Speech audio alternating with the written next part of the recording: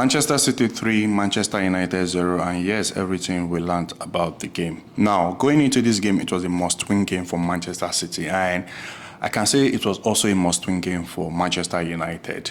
Like, both teams had to win the game. I think if a draw, I don't think a draw would be a good result for any of them.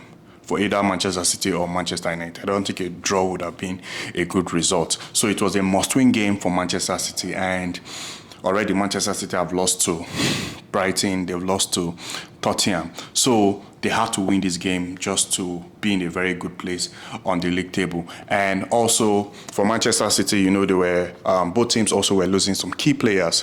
For Manchester United, Martinez is still out, Dalot is out, Mason Mount is out, Kohan is out as well. For Manchester City, you know, Mamouche is out, Cech is out, John Stones is out, Kovacic is still yet to be back.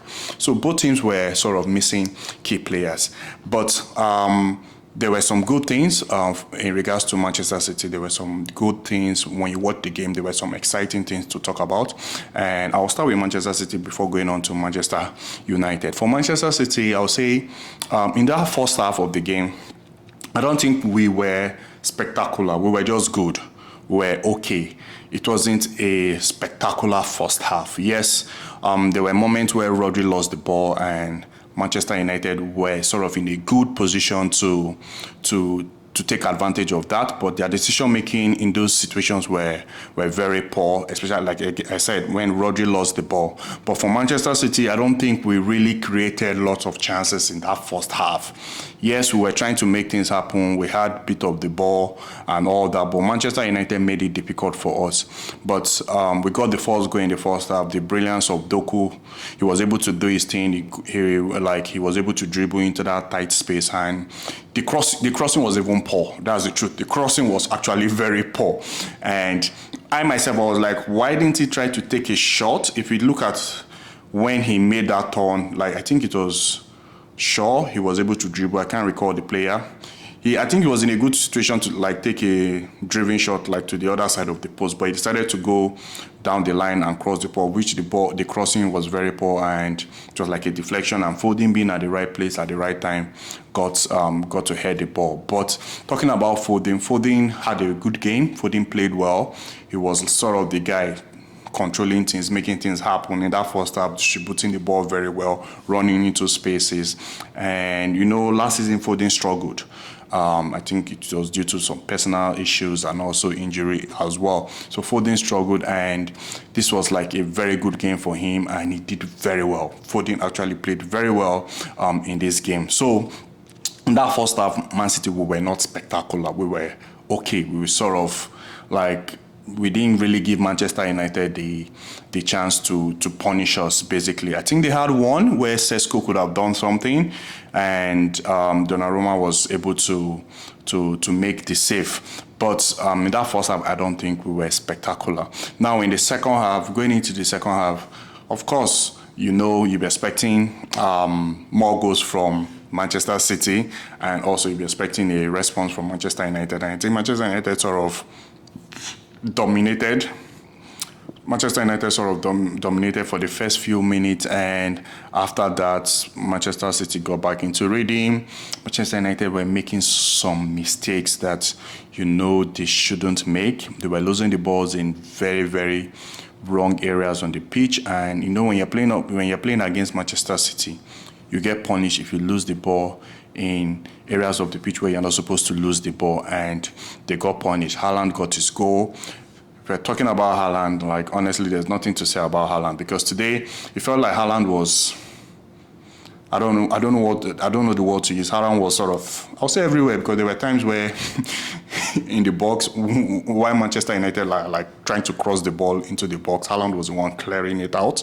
There were moments where he was dropping deep, getting very involved in the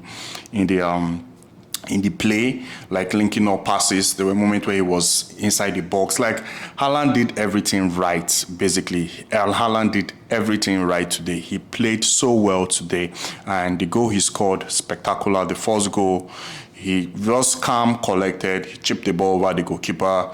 He could have gotten a hat-trick. How, like, it's just so crazy. Like, the easy one is the one he missed, and the difficult ones is the one he scored. Like, I don't understand Haaland. But basically, he played very well. today because he was defending, he was very involved in the gameplay, and also he was like he scored goals basically. And that last goal was just poor defending, like just poor defending for Manchester United. They were just very high, and of course, you don't give that kind of space to Erling Haaland. He has the pace, he'll run behind, and he finished the ball. So Erling Haaland did well, and Phil Foden also did well. Another player I would like to talk about for Manchester City is Kushanov. Kushanov today was fantastic. Like, he held that right back on a lockdown. Like, he did the job excellently well. My only issue with Kushanov is sometimes he can become very aggressive and give away free kicks in areas where he's not supposed to. I think he will learn with time. But Kushanov, every other thing, he was fantastic. Like, he was tackling well. He defended so well. There's nothing to, there was no anything bad to say about him. And the good thing is, I don't know for Man City if this is for that back line. I'm guessing if Aït-Nouri comes back, I'm guessing maybe the back line will be Aït-Nouri, Josko Gvardiol, Diaz, and Kushanov. That could be like the stats that the constant backline Pep Guardiola will likely use. But we all know Nico Riley is just like a makeshift. It's not really like if Aït-Nouri comes back, Aït-Nouri will play in that position. But that backline, they did well today, although there were moments where they were not at their best, but overall you can say they did well, and because they kept a clean sheet. And Donnarumma was good. It's not easy to, like, your first game, a very big game for that matter, and he made very, very good saves. He made, I think, the Sesko chance, the one that looked like as if the ball was in slow motion, I don't know, but he made a save. I think also he made a save for Mbeumo as well. Like, Donnarumma today was fantastic. Even when we had corners, you could tell he comes out and he clears, he hits the ball hard. Donnarumma today, for me, he did so well. So for Manchester City, there were good things to there were just so many good things to say regarding Manchester City. Doku as well, 2 assists. Doku did well. His decision making in some situations were very good. I just wish Doku could get his finishing on point. If Doku can get his finishing on point, that would be good, because beating the player, and sometimes his passes are not really the best. If he can really improve on his passing and finishing, I think Doku has what it takes to be one of the best wingers in the world. He has what it takes. But for today's game, he did well. He did so well. He played very, very well. The combination between him and Foden was very, very good. They were combining very well. So for Man City, I would say everyone did well. I would say the only player that sort of looked weak in the team, but maybe as the game went on, he sort of recovered and got into the gap. For me, maybe Bernardo Silva. Bernardo Silva wasn't really, for me, he wasn't the best. But yeah, he's the captain. You can't take him out. But I would just say Bernardo Silva was, if there was any weak link in the team, I would say maybe Bernardo Silva. But every other player, they did so well. And now for the midfield, Rodri. So we played Rodri, Tijani, and Foden. Who knows? Maybe that could be Pep Guardiola's midfield, constant midfield going forward. Who knows? Because we still have, Pep can still decide to play Rodri, Tijani, and Nico. We don't know. But we know the midfield today, those 3 guys, they did well. And we all know, Pep Guardiola should not try to experiment with Phil Foden playing on the right wing or on the left wing. Allow Foden just play in that central area. It's very obvious. Even the previous season, the last league we won, when Kevin De Bruyne was sort of out, we could see Phil Foden flourish. He literally was the one that carried City.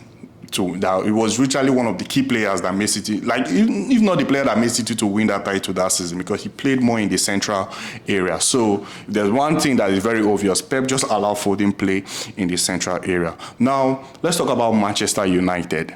For Manchester United, Manchester United had some moments in the game. They They got themselves in very good situations. But I would say when they got to the final third, their decision-making was very, very poor. Their decision-making was very, very poor when they got to the final third, because in the first half, they could have scored. They had the opportunity to score.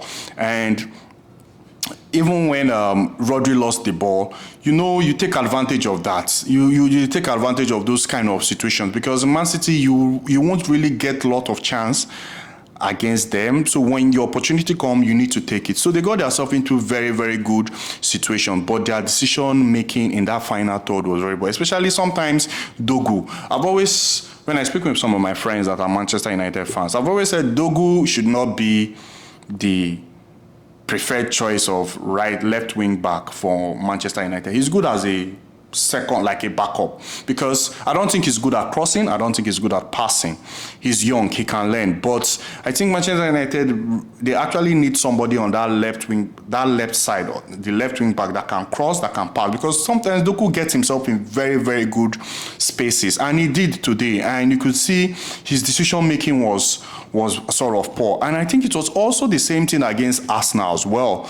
Doku got himself in very, very good spaces against Arsenal. So I've always told them Doku should be someone that should be coming from the bench, he should be among the second team, not like a starter for Manchester United. But here, I guess they have to use what they have. But they got themselves into very, very good situations. Now, I used to be one of those guys that was never, I used to be one of those guys that always used to say, oh, it was okay for Bruno Fernandes to play in the middle, and maybe you pair him up with another, a defensive midfielder. But for today's game, I think Bruno was not really at his best. He wasn't at his best. Bruno started getting involved in the game towards the end, and it was already too late. We were already 3 goals up. So that was when Casemiro and Kobe Mainoo came in, and Bruno went higher up, and Ahmad went to the right-hand side. And I think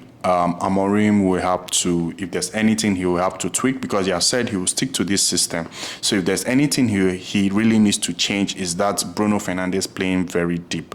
I think Bruno Fernandes needs to play higher up. Yes, allow Koha, Mbeumo, and Bruno to fight for that. Especially allow them to fight for that situation, and whoever is playing, and of which Bruno will be the one to play it well. Because when Bruno went higher up, they started doing things, but it was already too late for Manchester United. See, even when Ahmad now started to play on the wing, Ahmad started playing well. Ahmad started doing things. Ahmad was sort of missing in that first half. We didn't really see much of him, but when he changed his position and went to the right-hand side, he started doing well. So for Amorim, I know the pressure is on him. The pressure is actually on him. And for this game, for Manchester United, you can say the players too will take the blame, and also the manager will take the blame. I would say the manager will take the blame in regards to playing some players in positions where they are not at their best, and also for the players, they'll take the blame regarding their decision making in the final third, because Manchester United had chances to score. They had chances to score. They got themselves into very, very good positions to at least punish City. The truth is, you always get a chance against Manchester City just because of how they play. They play very high, and when your chance comes, you need to take it. See you guys in my next video. Thank you very much.